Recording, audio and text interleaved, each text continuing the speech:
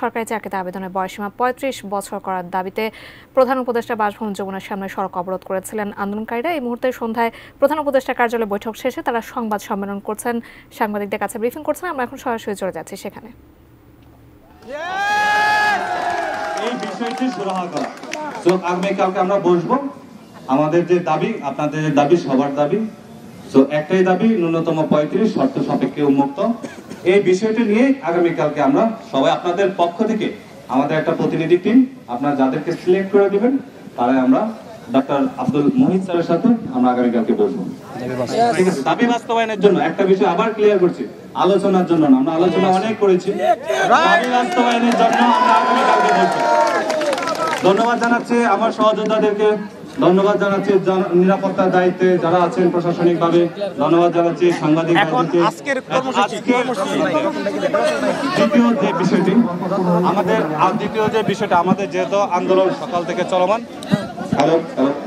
আরো বিষয় আছে, আরেকটু ক্লিয়ার হবে। আমাদের যারা এখানে অসুস্থরত আছেন, তো দ্বিতীয় বিষয় হচ্ছে সেটা হলো যে আমরা যারা এখানে অবস্থান করছি, আমাদের যারা অবস্থান করছেন আন্দোলনরত, তাদের বিষয়ে আমাদের একটা সিদ্ধান্ত আছে।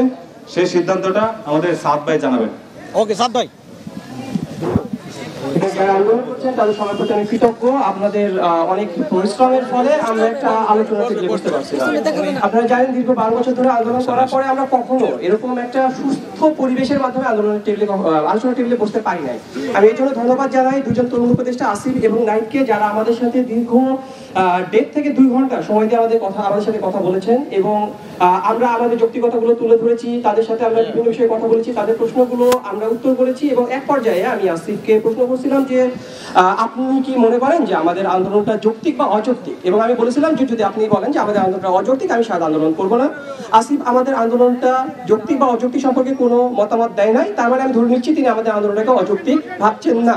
টাইলক্স, যার অ্যান্টিব্যাকটেরিয়াল এজেন্ট টয়লেটের কোনায় কোনায় পৌঁছে 99% জীবাণু ধ্বংস করে। টাইলক্স টয়লেট ক্লিনার, ক্লিন মানে টাইলক্স। তো এখন এই পরিস্থিতিতে যে রাসেল ভাই সবকিছু আপনাদেরকে বলে দিয়েছে, এখন কালকে আমাদের আব্দুল মুহিত চৌধুরী স্যারের সাথে যেহেতু একটা আলোচনার একটা ব্যবস্থা হয়েছে এবং সেখানে আমরা আরো জোর যাতে দাবি জানাইতে পারি, এবং যেহেতু উনি জনপ্রশাসন সংস্কার কমিটির প্রধান, তাহলে তার সিদ্ধান্তটা কিন্তু অনেক বেশি গুরুত্বপূর্ণ। কারণ হচ্ছে ডক্টর মোহাম্মদ ইউনূস হচ্ছে জনপ্রশাসন মন্ত্রণালয়ের প্রধান, তারপরে এখন বর্তমানে বলতে গেলে পারে দ্বিতীয় প্রধান আব্দুল মুহিত চৌধুরী। তাহলে যেহেতু কালকে আব্দুল মুহিত চৌধুরীর সাথে আমাদের আলোচনা হবে এবং এটা তারা আমাদেরকে নিশ্চয়তা দিয়েছে, সেই প্রেক্ষিতে আপাতত আমরা যমুনার সামনে থেকে সবাই উঠে যাব, কিন্তু আমরা চাই না যে আন্দোলনটা স্থগিত করতে। যদি আপনারা অনুমতি দেন, এখন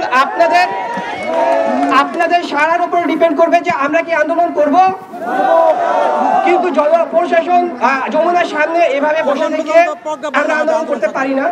সেই কারণে আমরা আমাদের স্থান চেঞ্জ করব। আমরা পরবর্তী আমাদের আন্দোলন স্থান শাহবাগ প্রজন্ম চত্বর জাদুঘরের সামনে আমরা সবাই এবার অবস্থান করব। আপনারা কেউ শান্তিপূর্ণ অবস্থান, আপনারা কেউ যদি দাবি বাস্তবায়ন চান আমাদেরকে সহযোগিতা করবেন এবং সেখানে আপনারা সবাই অবস্থান করবেন। আমি আশা করি দাবি বাস্তবায়নের স্বার্থে আপনারা সবাই আমাদেরকে সহযোগিতা করবেন। ধন্যবাদ।